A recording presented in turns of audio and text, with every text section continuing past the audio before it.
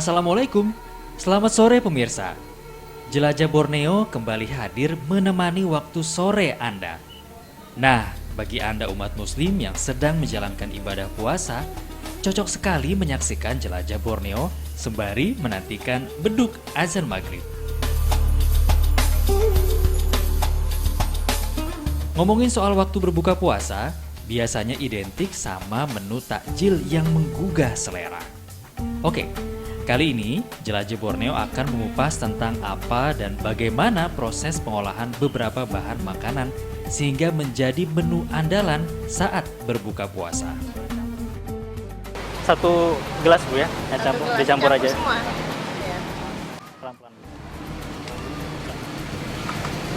Udah Bu. Makasih Bu. Pemirsa, di bulan Ramadan ini ada banyak sekali makanan dan juga minuman yang dijual oleh masyarakat untuk berbuka puasa. Dan salah satunya adalah minuman yang saya pegang ini, yaitu es campur. Ada banyak sekali campuran buah-buahan di dalamnya. Dan saya akan mengajak Anda di Jelajah Borneo kali ini untuk melihat pembuatan buah kolang-kaling yang merupakan salah satu campuran dari es campur ini. Mari ikuti saya. Kolang-kaling atau buah atap. Bagi pemirsa yang menyukai manisan ataupun es buah, sepertinya tidak asing lagi dengan buah ini. Buah berwarna putih susu dengan rasa tawar ini biasanya dijadikan bahan campuran es buah dan kolak. Hampir di seluruh Indonesia bisa ditemukan buah ini, karena memang pohon aren, pohon dari buah kolang-kaling tumbuh subur di daerah tropis. Jadi tidak heran hampir di setiap daerah ada tempat pengolahan buah kolang-kaling.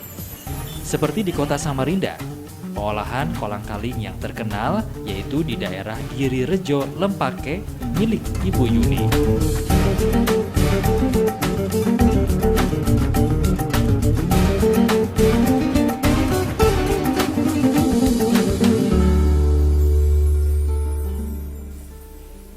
Selanjutnya kita akan lihat terlebih dahulu bagaimana proses pengambilan buah kolang-kaling langsung dari pohonnya.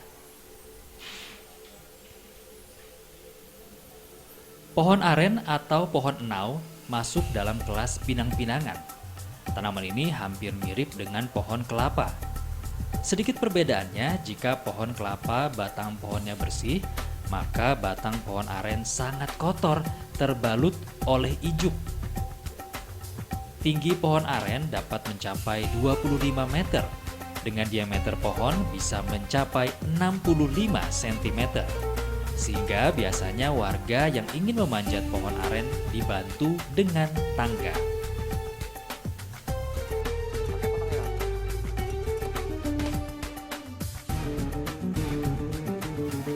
Buah kolang-kaling yang dipetik hanya yang pas umurnya. Biasanya warga menandainya dengan bentuk dan warna kulit dari buah kolang-kaling. Jika ukuran buahnya masih kecil, itu berarti masih muda. Daging buah belum bisa diolah karena teksturnya masih terlalu lembek. Tapi jika buahnya besar, itu adalah buah yang kadaluarsa, karena daging buah sangat keras dan hampir mirip seperti batu akik. Selain buahnya, ada banyak yang bisa dimanfaatkan dari bagian pohon aren. Di antaranya air nira. Air yang keluar dari tandan pohon aren biasanya ditampung oleh warga untuk kemudian diolah menjadi gula aren.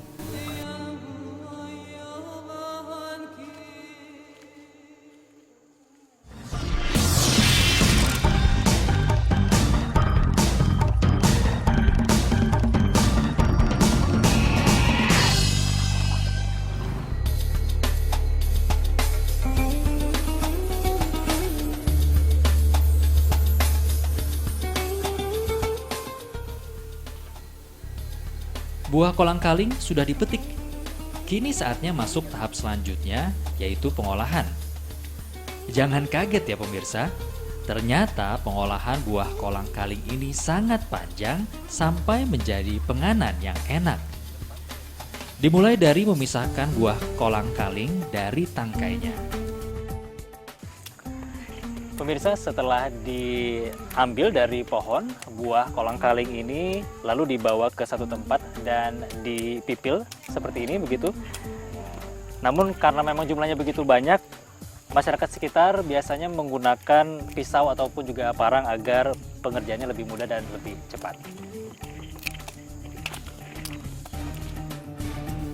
Tapi hati-hati pemirsa, menurut Ibu Aminah, salah satu rekan kerja Ibu Yuli, buah kolang-kaling bisa membuat kulit gatal dan seperti terbakar kalau salah memotongnya. Nah, kalau yang bikin gatal nih modelnya terbelah begini. Begini terpotong. Terpotong ini bisa mengakibatkan gatal. Nah, caranya menghilangkan gatalnya bisa sama ijuknya, bisa juga mengonsumsi gula merah, bisa juga digosokkan gula merah, bisa juga. Setelah dipipil, buah kolang-kaling masuk ke dalam wadah besar berisi air untuk direbus selama kurang lebih 2 jam. Proses memasaknya ini sangat tradisional dengan menggunakan kayu bakar.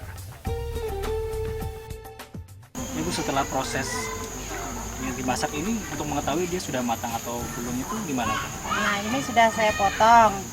Nah, ini caranya gini, kalau memang sudah bisa dinaikkan, berarti masak.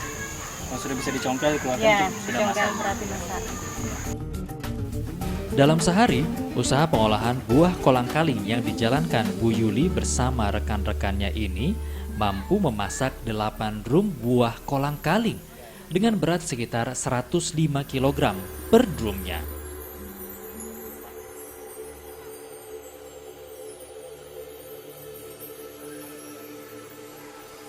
Setelah dimasak, buah kolang-kaling masuk proses pemotongan kulit dan pengambilan daging buah. Buah kolang-kaling memiliki 2 atau 3 butir inti biji yang berwarna putih tersalut batok tipis yang keras. Inti biji atau daging buah ini dicungkil menggunakan ujung sendok. Daging buah yang keras sajalah yang memiliki nilai jual, sedangkan yang terlalu lembek tidak akan dijual pemirsa. Bu, ini sejak kapan, Bu? Sudah lama sekali sih, Dek. Saya bikin ini berpuluh-puluh tahun. Iya. Kenapa bisa kepikiran Ibu mengembangkan usaha ini? Karena kalau kita lihat memang prosesnya kan panjang dan lumayan susah juga begitu, harus direbus, harus dipipil tadi begitu kan, Bu. Kenapa, Bu? Karena di tempat kami ini kan banyak ini pohon. Terus juga ibu-ibunya banyak yang nganggur gitu kan. Daripada nganggur kita kerjain ini. Bisa untuk bantu-bantu suami. Nambah-nambah penghasilan keluarga. Dan ini setiap hari dilakukan, Bu? Kalau kami nyari, habis cari lagi. Kan banyak aja, walaupun bukan di dekat sini ada yang agak jauh-jauh sedikit. Kami ibu-ibu semua yang bikin di sini nih. Berarti tidak hanya dari pohon kolang-kaling, pohon aren di sini aja ya, di daerah ada sini, yang tapi di daerah lain juga. jauh-jauh sedikit di Lempake kah di mana gitu. Iya, iya. Setiap hari berapa buah yang dihasilkan, Bu? Kami kan ini per mok itu loh kami bikin, kalau orang-orang ngambil itu sehari bisa 200 pakai kaleng susu itu nah. Bisa segitu kami dapatnya sehari. Sebelum dijual ke pembeli, buah kolang-kaling tadi masih harus direndam dengan air kapur dan dicuci hingga bersih. Ini setelah kita ambil dari sana kan kita rendam dulu, kita rendam selama sehalaman lah. Yuk kita rendam dulu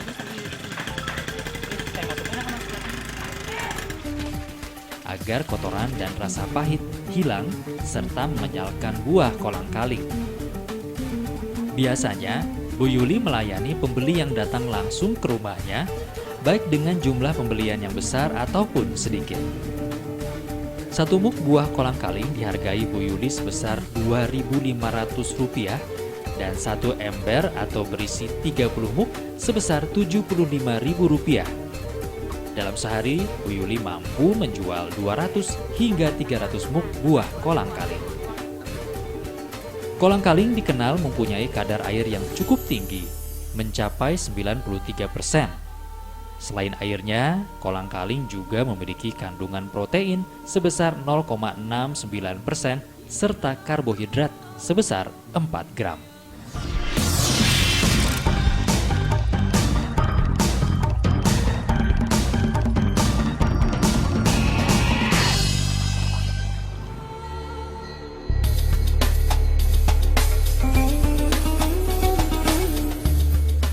Nah, sekarang kita lihat juga ya bagaimana proses pembuatan gula aren yang menggunakan bahan utama air nira dari tandan pohon aren. Tetesan air nira yang ditampung warga langsung dari dahannya direbus dalam wajan besar dengan api sedang. Air nira harus terus diaduk-aduk sampai air menyusut dan berubah mengental. Ada beberapa bumbu yang ditambahkan agar gula aren terasa lebih legit dan lezat. Biasanya, masing-masing produsen gula aren menambahkan bahan dengan komposisi yang berbeda-beda. Jika sudah mengental, saatnya dituang ke dalam cetakan. Cetakan kayu yang berbentuk kerucut ini harus diberi air terlebih dahulu agar lembab, dan air nira yang mengeras mudah dilepaskan dari cetakannya.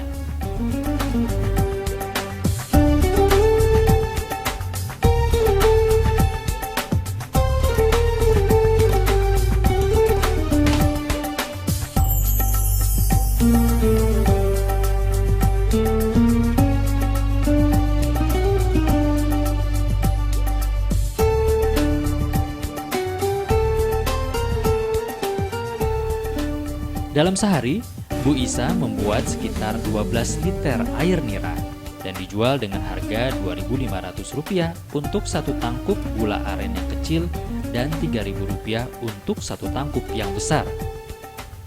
Melihat banyaknya manfaat yang bisa didapatkan dari pohon aren, pemerintah setempat berupaya untuk melestarikannya.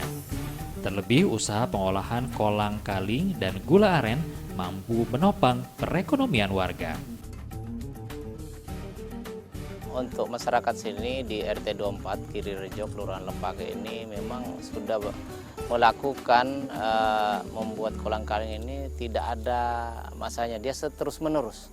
Nah, ini bahan yang diambil sekitar wilayah sini juga bisa juga dari luar, karena memang agak langka juga. Buah yang dibutuhkan itu kan tidak boleh juga yang tua, harus yang agak muda. Sehingga dia mencari di mana buah yang bisa untuk dipanen untuk dibuat kolang-kaling. Nah, ini harapan saya dengan di Lempake ini kan itu pohon aren ini kan bisa dikatakan agak langka, tapi mudah-mudahan ini ada pengembangan, pemerintah bisa mengembangkan pohon aren ini lebih lanjut, karena kita lihat prospek usaha untuk pembuatan kolang-kaling ini luar biasa. Dan ini dikelola oleh per kelompok ya, jadi ini sudah ada yang ngambil, setiap sudah ada produknya itu diambil dari langganan dia. Nah, ini dari tahun ke tahun, tidak ada umpama dia hanya bulan puasa, enggak, ini terus menerus. Tapi kalau bulan puasa tentunya meningkat permintaan itu. Nah, ini harapan kita dengan adanya usaha kolang-kaling ini bisa meningkatkan ekonomi masyarakat tentunya.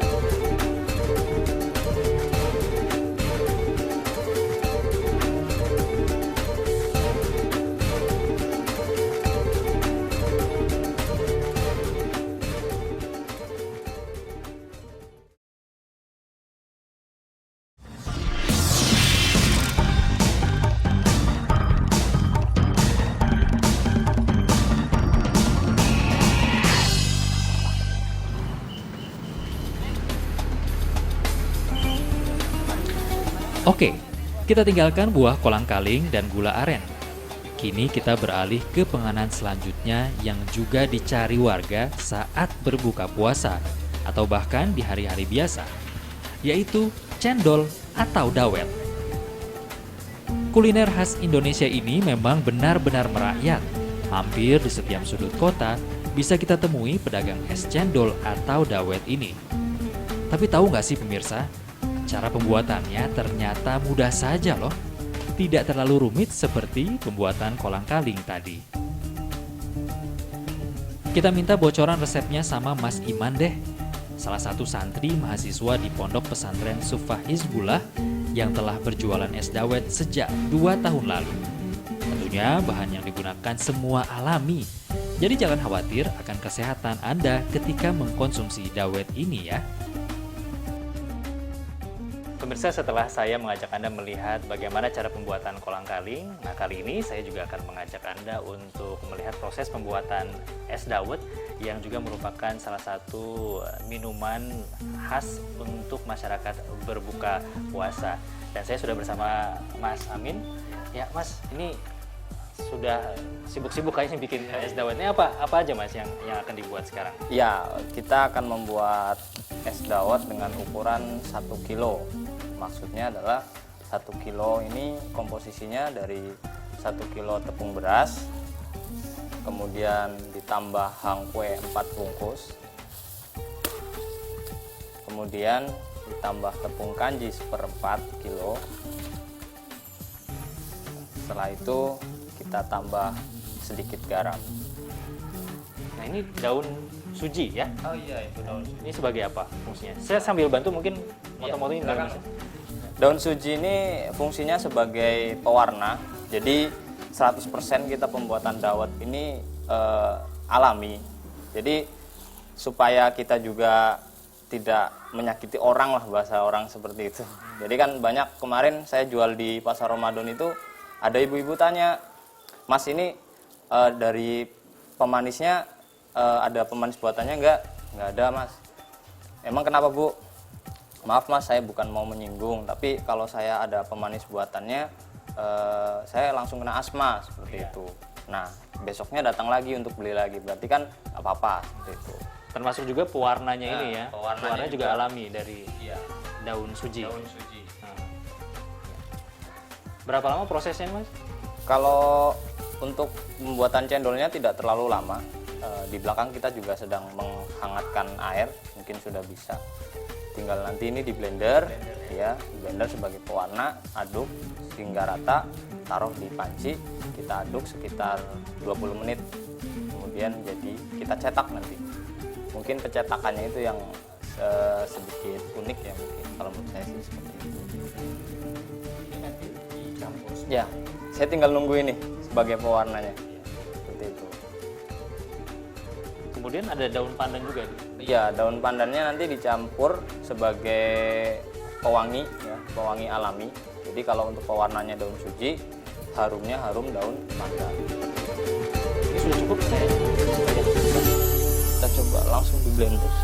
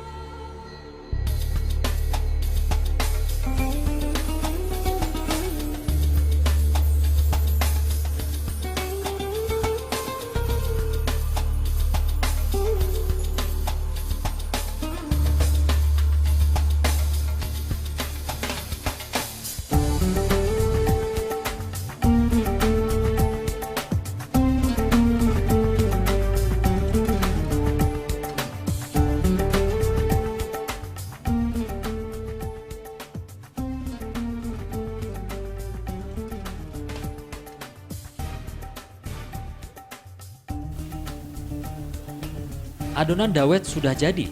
Saatnya dicampur di air rebusan yang sudah diberi air kapur agar adonan mengeras. Dan kemudian diaduk-aduk sampai adonan kalis.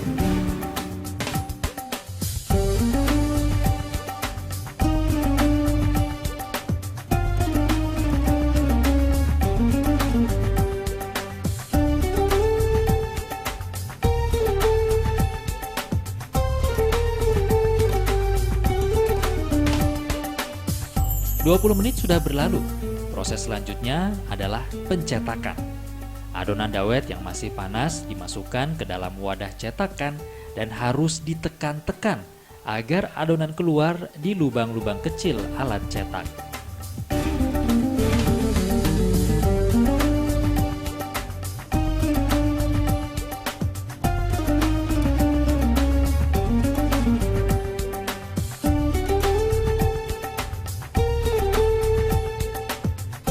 Ternyata memang butuh kekuatan yang besar juga Mas ya. Ini karena masih menggunakan alat yang tradisional.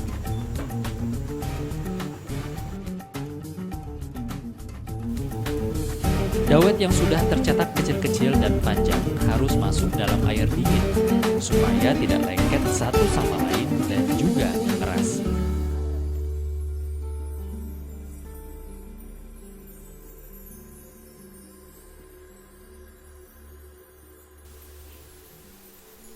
Sambil menunggu dawet yang tercetak dingin, kita siapkan bahan pendukung lainnya, yaitu santan dan gula merah, dan juga daun pandan yang dimasukkan dalam air santan agar aromanya wangi. Semua bahan sudah siap. Wah, jadi ngiler ya melihatnya pemirsa. Padahal masih belum diracik.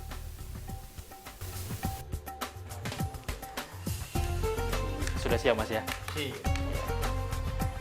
Kelihatannya segar sekali dan saya sudah nggak sabar pengen coba. Ini pemirsa, saya dapat lagi oleh-oleh untuk berbuka puasa. Tapi sayang waktu berbuka puasa juga masih lama Mas ya. Jadi ini saya bawa pulang dulu diminum pada saat berbuka puasa nanti. Dan inilah pemirsa jelajah Borneo kali ini. Inilah Borneoku, mari datang dan jelajahi Borneoku.